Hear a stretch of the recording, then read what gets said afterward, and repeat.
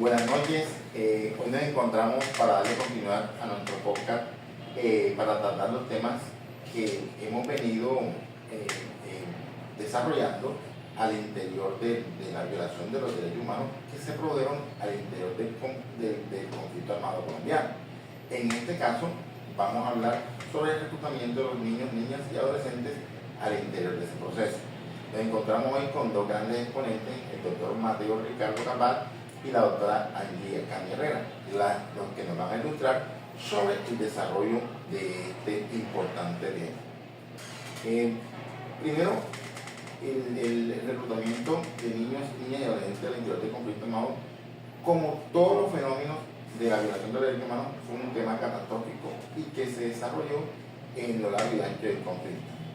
Y lo importante de este tema es que hubo prácticas tanto de la guerrilla, de los paramilitares, como del Estado, y queremos que los doctores hoy nos hagan más amplio conocimiento, hablándonos de qué es lo que ellos entendieron como este fenómeno al interior del conflicto.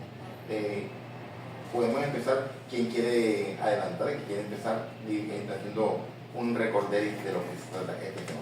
Buenos días entonces, señor Mario, doctora Angie. Bueno, inicialmente nosotros vemos el secuestro o el reclutamiento como un tipo de secuestro, por así decirlo. ¿Por qué? Porque ¿qué es lo que hace? A la víctima, a la persona, el menor, niño, adolescente, como quieran verlo, se le sustrae del lugar en donde vive o donde se encuentra para incluirlo en lo que vendría siendo como el enlistamiento armado de los diferentes grupos paramilitares o al margen de la ley. ¿Por qué? Para incluirlos en sus filas. Esto puede tener diferentes propósitos o diferentes aristas. Entonces, lo que vendría siendo el reclutamiento es esto: incluirlos a ellos, suministrarles armamento y adiestrarlos para que vayan en contra del Estado y de sus propias familias, dándoles un arma para que puedan atacar a sus congéneres y obviamente asumimos aliados dentro del territorio. Obviamente esto genera mucho impacto. ¿Por qué? Porque no es un simple secuestro en donde el niño sale a una esquina y no lo volvemos a ver más, no. Nosotros tenemos que ser claros de que muchas veces estos grupos lo hacen con el fin de que nosotros veamos de lo que son capaces. Si son capaces de sustraer a niños de sus casas para incluirlos en sus filas y volverlos en nuestra contra, entonces hay algo más que está pasando con el Estado. No es capaz de protegernos y obviamente eso genera sobre miedo en los ciudadanos. Entonces, obviamente desde ahí partimos. Entonces, el reclutamiento de los niños vendría a considerarse como un tipo de secuestro, solamente que va más allá. No siempre se busca un beneficio o un ingreso económico, sino que es incluirlos en las filas armadas con diferentes propósitos, y muchas veces no es económico, es solamente generar miedo y tener más personas que luchen por los propósitos de esos grupos que luchar por los propósitos del Estado.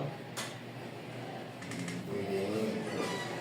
Bueno, la doctora Ascaño, ¿quiere hacer algún aporte o adicionar algo a lo que dice su compañero? Sí. Compañero de sala.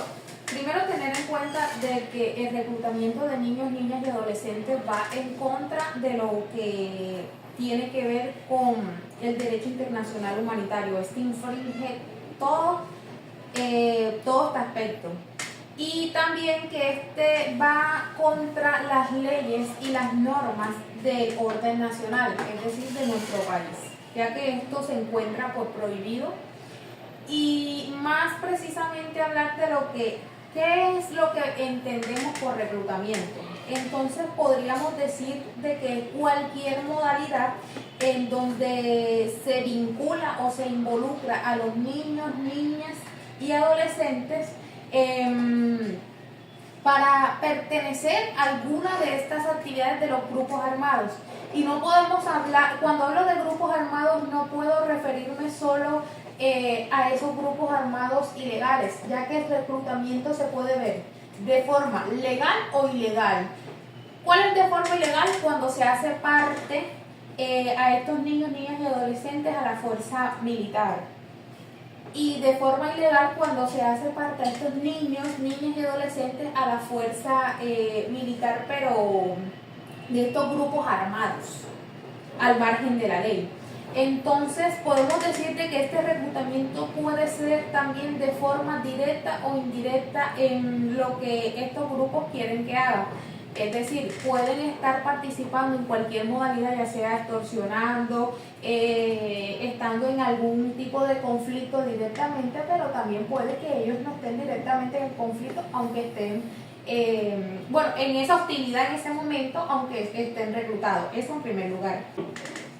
Gracias, doctores, por su respuesta.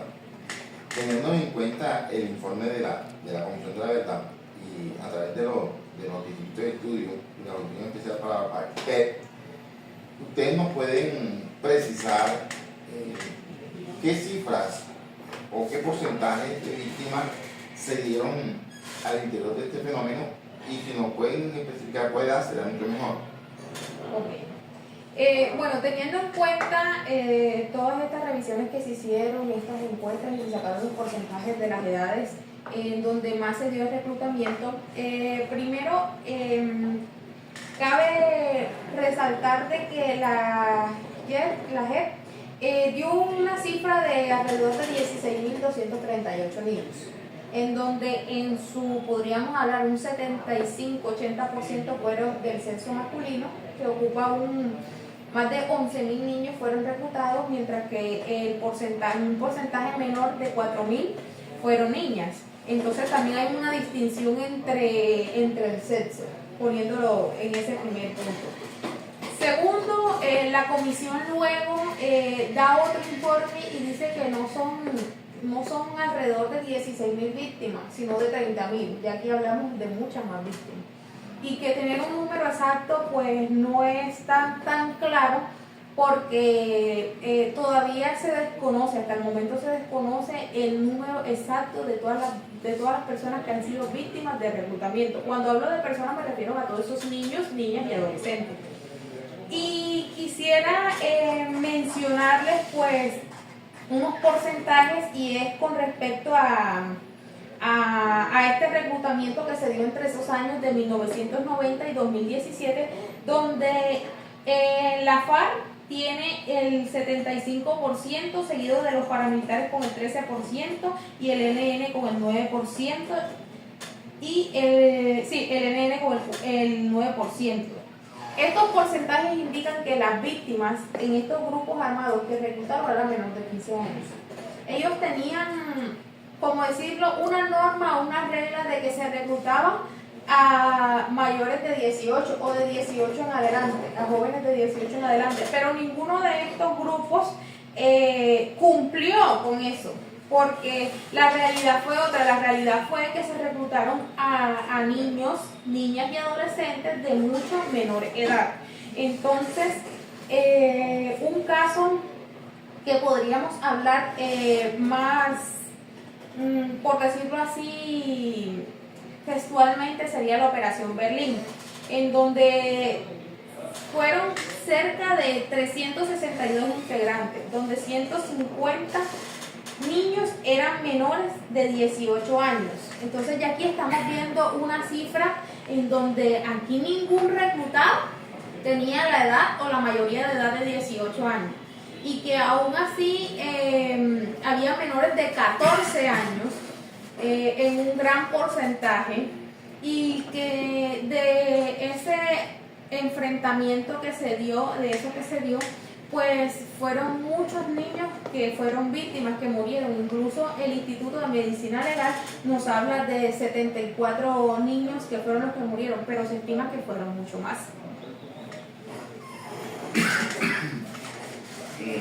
Gracias, doctora Caña, por la respuesta. Les voy a realizar otra pregunta para ver cuál de los dos nos puede ilustrar sobre ello.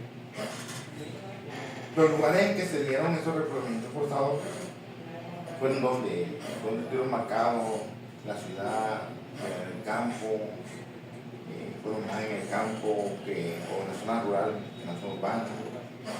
Bueno, en la zona urbana se dio bastante este tipo de reclutamiento, más que en las zonas rurales, pero hubieron ciudades que estuvieron marcadas. Estaríamos hablando de Meta, de Guaviare,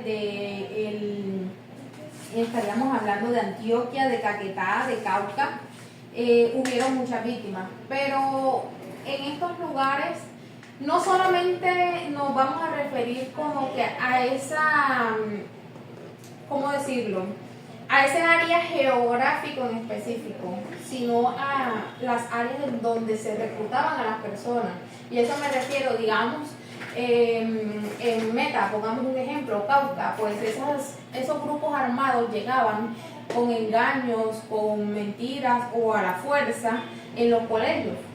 Entonces vemos de que cuando hablamos de lugar no solamente es irnos o irnos directamente a una zona geográfica en específico, porque toda Colombia fue víctima de esto, todos los niños de toda Colombia fueron víctimas de esto, pero sí como que estos llegaban a escuelas, a iglesias, incluso a las mismas casas o a fiestas para reclutar a los niños, y lo hacían de diferentes formas. Una de ellas, la mayor, fueron los engaños. Engañaban, por lo menos a las niñas, las enamoraban y se las llevaban a pasear en carros y todo eso hasta que se las llevaban, o incluso llegaban a la fuerza, o algunos que les prometían trabajos y demás. Iban a las escuelas a dictar charlas. Hubo un caso donde un rector evitó de que se llevaran a más de 50 niños, pero aún así se llevaban a gente. Habían niños que hoy en día son adultos y cuentan de que ellos veían a un niño que podía tener 14, 13 años con un arma, portando un arma con orgullo, llegando a la escuela también, y pues a dar esa imagen de que el reclutamiento era bueno. Entonces, cuando nos referimos a sitios, hay que ver esos dos factores, no solamente lo geográfico, sino que dentro de lo geográfico, en qué lugares se afectó o se dio este fenómeno. Muchas gracias, doctor Ricardo. ¿Va a comentar algo al respecto? Bueno, sería solamente para redondear lo que ya dijo mi compañera aquí presente, y es que es cierto. No solo se tiene que tener en cuenta lo que vendría siendo la parte geopolítica o el territorio en el que nos encontramos, sino esos lugares en específico donde ellos normalmente es que van a hacer esos reclutamientos. Como ya dijo la compañera, puede ser escuelas, iglesias o lugares comunales en donde muchas veces frecuentan los niños, puede ser incluso en las calles. Hay varias, por así decirlo, maneras en las que lo hacen. Puede ser mediante coerción, por así decirlo, amenaza o simplemente un secuestro. Pero muchas veces las formas que más les sirven a ellos es mediante engaños, como ya dijo Angie. No solamente se refiere a engaños como enamorarlas o prometerles cosas, sino es crearles esa falsa sensación de que ellos hacen lo correcto. Al fin y al cabo, ellos se hacen llamar como los grupos que luchan en contra del Estado tiránico, ¿no? Entonces, si ellos le infunden a los niños la idea de que ellos están luchando por los ideales correctos, en vez de mantenerse fiel al Estado corrupto, como ellos lo llaman, obviamente se ganan más a los niños, a los hombres, a los niños que en esa edad solamente piensan en la fantasía de que pueden llegar a hacer algo y que eso que están haciendo es lo correcto. En esa edad ellos son muy manipulables, incluso más que las niñas. Por ende, es más fácil ver que la cantidad de niños, de niños en general que se reclutan son masculinos en vez de femeninos. No solo por la practicidad, por así decirlo, al fin y al cabo, un hombre, independientemente de la edad, normalmente tiende a ser más fuerte que una niña, sino al fin y al cabo es la cuestión psicológica. Ellos son más manipulables si se les llega al cerebro mediante promesa de que pueden llegar a hacer algo importante, y al mismo tiempo es la expectativa de la capacidad que van a tener a futuro, porque esos niños obviamente, si se les induce a quedarse y van a crecer ahí en ese entorno, van a tener más posibilidades de sobrevivir y ser útiles para esa organización o ese grupo, no solo por la falsa sensación que ya les inculcaron, sino por su físico.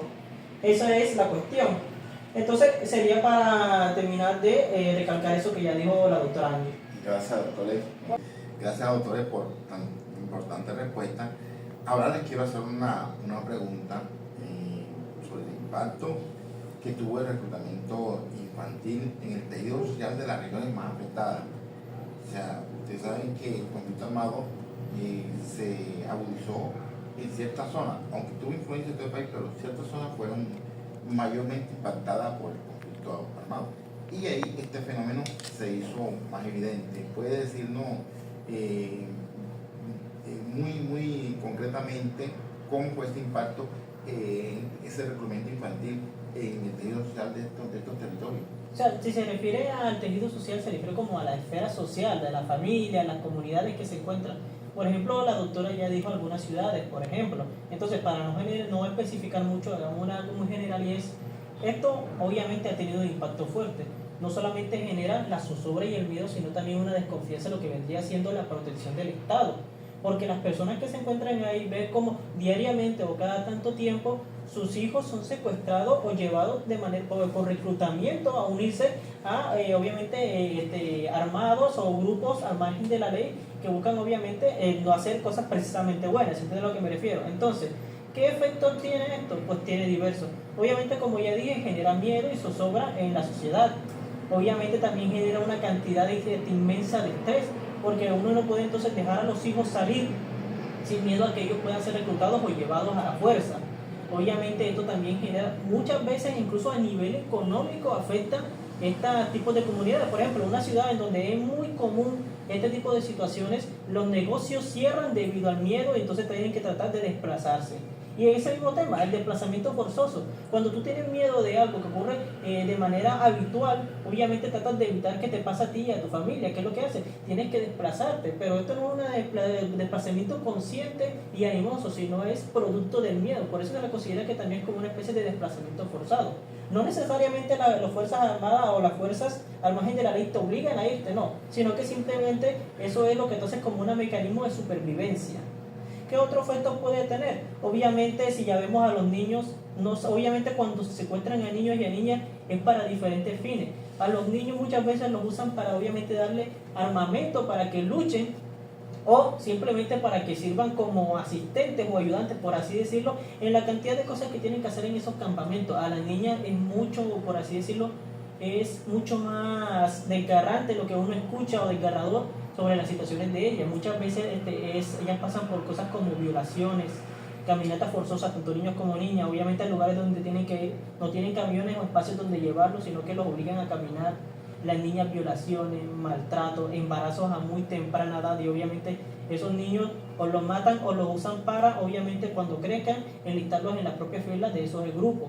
Y a los niños al mismo tiempo es para eso. Obviamente los usan para armarlos y que ellos lleven a cabo dichos fines para en contra del Estado. Entonces, las repercusiones que tienen estos grupos en estas sociedades puede variar, pero muchas veces es eso, generar miedo, obviamente generar desconfianza, desplazamiento y otro sinfín de cosas, y muchas veces más cuando el propio Estado o las fuerzas que deben estar ahí para ayudar no se encuentran presentes, lo cual agrava mucho más la situación. Muchas gracias. Gracias a usted, doctor Ricardo. Le reitero las gracias por la respuesta. Ahora voy con una nueva pregunta que es con relación a las condiciones que propiciaron ese reclutamiento. ¿Cuáles fueron las condiciones que en el interior del conflicto armado, de acuerdo a los informes de la Comisión y las demás instituciones, dieron para que ese reclutamiento se desarrollara? Ok. Bueno, hay que tener en cuenta que todas estas condiciones se dieron primero porque en esa región determinada había un alto índice de violencia y precariedad socioeconómica. Entonces eso también propicia a que se dé ese aumento de ese reclutamiento, donde de pronto esas fuerzas públicas o el Estado también ha olvidado aquellas zonas que requieren bastante, ¿cómo decirlo? O sea, una mira, una seguridad, una vigilancia y una protección a esas personas. Eso en primer lugar. También tenemos que tener en cuenta que esa región, hay regiones que no cuentan con esa ayuda institucional educativa. Entonces, al no haber como que ese tipo de educación que lleve tanto a los padres, no solo a los niños, porque tenemos que tener en cuenta que a los padres también hay que educarlos, al no haber ese tipo de zonas o partes donde se pudiera impartir la educación desde los padres hasta los niños. Eso también propició que se dieran las condiciones de reclutamiento en niños, niñas y adolescentes, ya que el padre no tiene un trabajo digno. Los niños ven y van sufriendo desde estas situaciones precarias desde pequeños, y pues muchos a buscar una salida, estos grupos armados que llegan, te doy y trabaja conmigo y recibes dinero, y al ver que están recibiendo dinero pues toman esta modalidad y terminan envueltos aquí. Cuando ellos quieren salir o no quieren o no están de acuerdo con lo que se está dando ya dentro de ese entorno, pues ya es muy tarde porque no lo van a hacer. se los van a prohibir. Y eso es lo que más se ha visto en este tipo de reclutamientos. También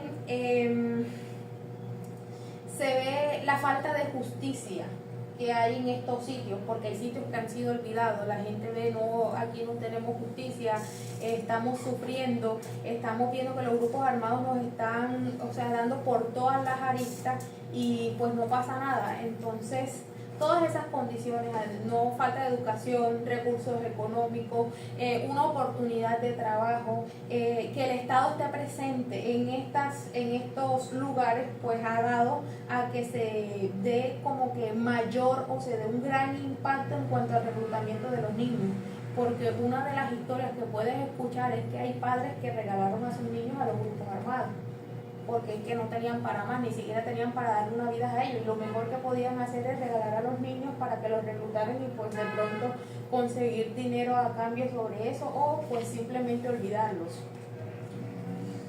Gracias, doctora Caño, por su respuesta.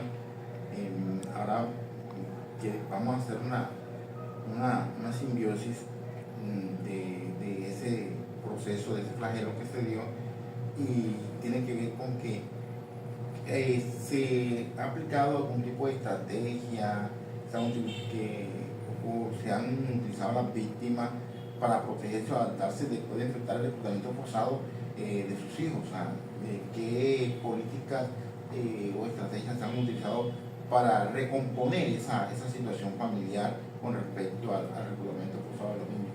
¿Me puede repetir la pregunta? O sea, ¿se refiere en manera legal o en las familias como tal? ¿Qué formas han tenido de protegerse ellas? Por lo general, después las víctimas son reconocidas tanto directas como indirectas, dependiendo de la cercanía con la persona que sufre el flagelo. Por eso se refiere a la víctima. A la víctima. ¿Qué estrategia utiliza la víctima para protegerse o adaptarse después de enfrentar el reclutamiento forzado de sus hijos? Bueno, muchas veces después o durante el reclutamiento forzoso, obviamente los niños pasan una cantidad de vejámenes o situaciones duras que obviamente les afectan la psique, a nivel emocional y psicológico le deja marcas. Entonces, cuando un niño es rescatado, o por lo menos se sale de ese reclutamiento o de ese campamento donde se encontraba y se vuelve a reinstalar en la sociedad, no es la misma persona que fue la que entró, es diferente ahora. Entonces, ¿por qué? Porque ya ha tenido una cantidad de vivencias que obviamente lo marcan como persona, como individuo, y lo hace ver unas cosas desde el punto de vista diferente a lo que ve en la sociedad. Entonces, cuando esta persona se reintegra, obviamente tiene unos daños psicológicos e incluso físicos que afectan la forma en la que llevan y ven la vida. Entonces, ¿cómo puede llegar esa persona a tratar de regular ese tipo de situaciones o tratar de recuperarse, sanarse, por así decirlo?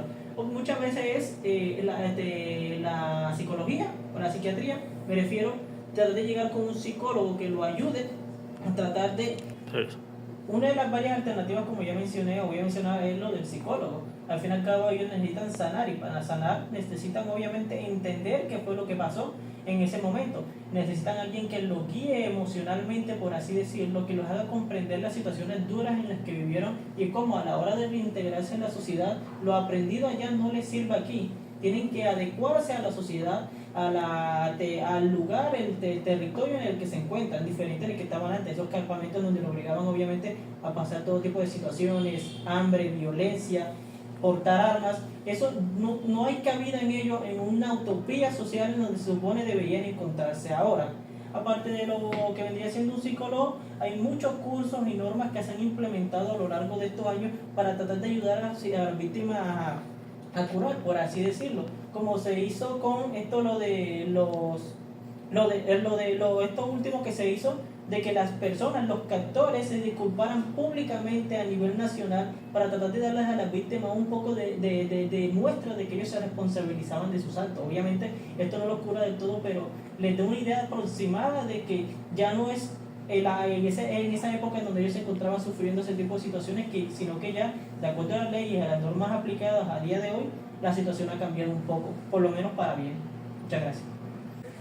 Este tema de reclutamiento forzado de niñas y niños adolescentes es demasiado relevante. Para culminar este podcast, podemos decir que el reclutamiento de niños y niñas y adolescentes constituye una grave violación al derecho internacional humanitario y a los derechos humanos. Este acto, prohibido por la Convención de Ginebra, sus protocolos adicionales y las otras normas internacionales, es considerado un crimen de guerra debido a su impacto devastador en la vida, dignidad y desarrollo de las víctimas. En este contexto, el compromiso de la DIH es, claro, proteger a los menores en todo momento y garantizar su desarrollo pleno como agentes fundamentales para la construcción de paz y reconciliación en las sociedades afectadas por la guerra. Muchas gracias a todos los compañeros por su participación y reitero que debemos propender porque este tipo de práctica, este informe de la comisión, pues se conozca y se amplíe para que no se vuelva a ocurrir lo que ha ocurrido en el conflicto armado interno. Muchas gracias, fue un placer estar aquí, obviamente con el compañero Mario y la doctora Angie, fue un placer.